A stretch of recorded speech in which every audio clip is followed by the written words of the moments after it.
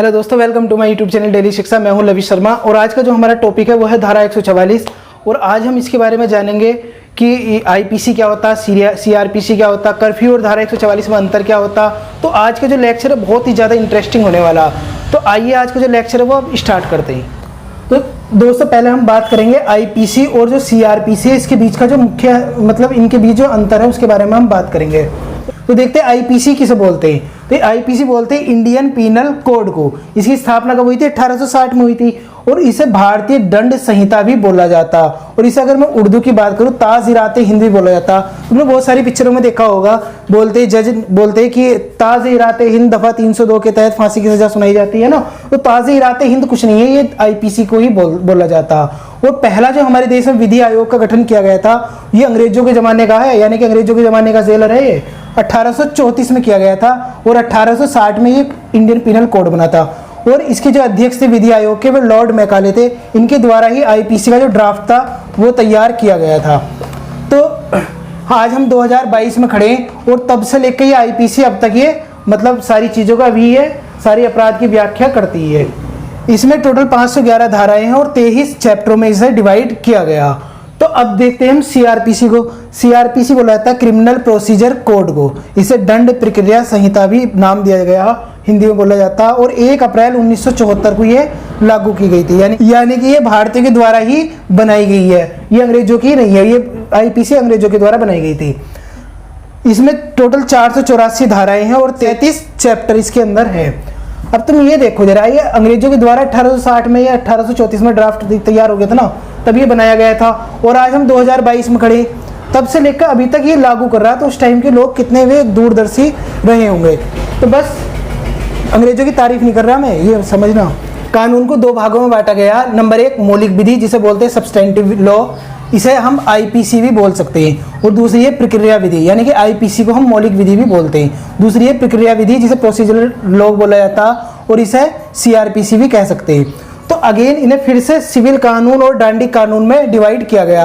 अगर मैं उर्दू की बात करूं, सिविल कानून को दीवानी विधि और डांडी कानून को फौजदारी विधि में फौजदारी विधि कहा जाता। इसे सिविल इंग्लिश में सिविल लॉ और इसे क्रिमिनल लॉ की कैटेगरी में बांटा गया।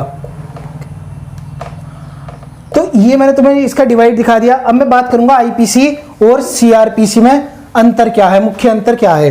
देखो आईपीसी और सीआरपीसी, आईपीसी जो है वो अपराध की व्याख्या करती और उसके लिए दंड का प्रावधान करती। कोई अपराध हुआ या नहीं हुआ इसके बारे में बताती है और दंड का प्रावधान करती है।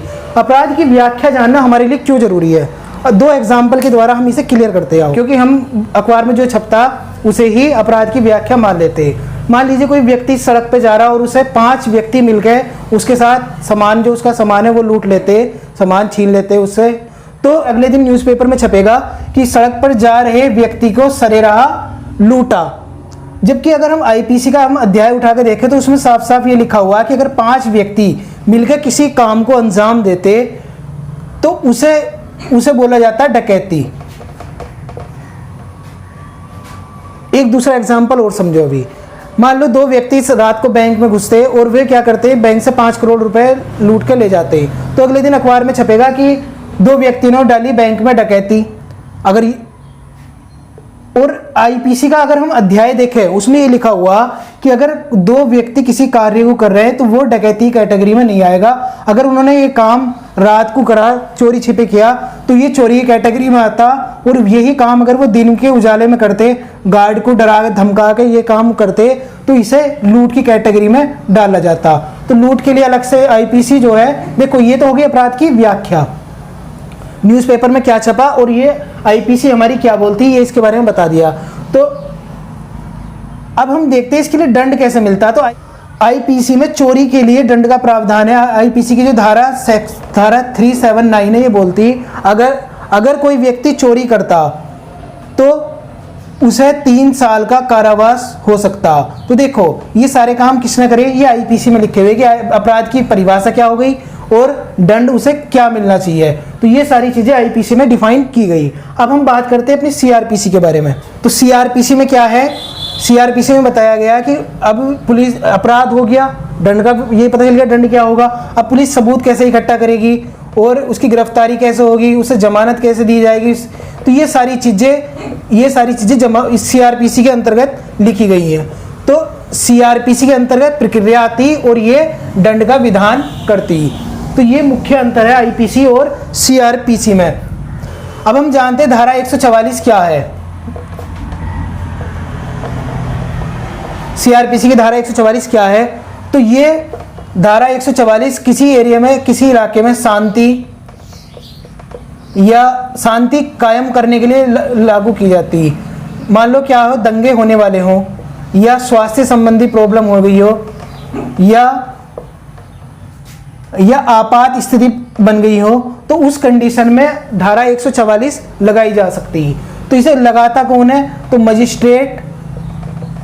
मजिस्ट्रेट हुआ, डीएम, एसडीएम इसे लगाते हैं। इनमें से कोई भी व्यक्ति इसे लगा सकता। ये धारा 144 को अधिकतम शुरुआत में ये कुछ दिन, कुछ महीने भी हो सकता है, 1 महीना भी हो सकता है, इतने दिन के लिए लगाई जाती है, लेकिन इसे अधिकतम हम 6 मंथ तक के लिए ही लगा सकते हैं। इससे ज़्यादा धारा 144 नहीं लगाई जा सकती। तुमने देखा हुआ इलेक्शन टाइम पे भी धारा 144 लग जाती है ना, तो ये 106 महीने के लिए लगाई जाती है।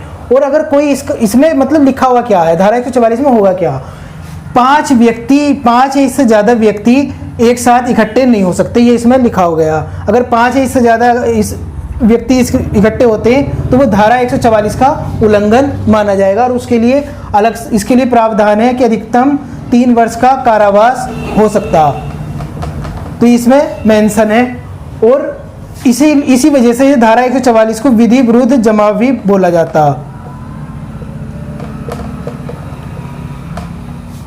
कर्फ्यू जो लगाया जाता है वो बहुत ज़्यादा बुरी जब कंडीशन बन जाती है, जब हालात कंट्रोल में नहीं होते, तब ये कर्फ्यू लगाया जाता। इस कर्फ्यू में क्या होता कि सारी चीज़ें बैन कर दी जाती, लोगों का स्कूल बंद कर दिए जाते, लोगों का निकलना बंद कर दिया जाता, घरों में कैद कर दिया जाता उन्हें, और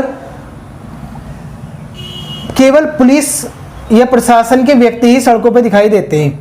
कर्फ्यू को एक खास अवधि के लिए लगाया जाता और इसमें ट्रैफिक तक बंद कर दिया जाता। लेकिन धारा 144 में ऐसा कुछ नहीं है। हालांकि इसमें इंटरनेट बंद किया जाता। इंटरनेट जब ये सारी चीज़ें बंद होगी तो इंटरनेट भी बंद कर दिया जाता। जब अभी जम्मू कश्मीर में आर्टिकल 370 हटाया गया था, तब वहाँ पे कर्फ्यू लगा दिया गया था और इंटरनेट जैसी सारी चीज़ें शट डाउन कर दी गई थी। तो धारा 144 क्या है? धारा 144 में बस ये है कि 5 व्यक्ति एक साथ इकट्ठे ना हो, बाकी जो जरूरी चीज़ें जैसे डेयरी हो गए, मेडिकल की दुकान हो गई, ये सब चीज़ें खुली रहती। और इसमें भी हालांकि इंटरनेट इसमें भी बंद कर दिया जाता। इसमें ट्रैफिक पर पूरी तरीके से पाबंदी नहीं होती। तो मैंने तुम्हें कर्फ्यू और धारा 144 में अंतर बताया, मैंने तुम्हें आईपीसी और सीआरपीसी में अंतर बता दिया, और मैंने ये बताया कि आईपीसी कहाँ से आई और सीआरपीसी की फुल फॉर्म क्या थी और इनकी स्थापना कब हुई। इन सब चीज़ों के बारे में तुम्हें बता दिया। दोस्तों आज का लेक्चर बस इतना ही था। कमेंट करके बता सकते हो कैसा लगा, और अगर पसंद आता लाइक ज़रूर करना, और अगर तुम किसी टॉपिक पे वीडियो चाहते हो तो कमेंट बॉक्स में लिख के बता सकते हो। मिलते हैं फिर नेक्स्ट लेक्चर में, तब तक के लिए जय हिंद।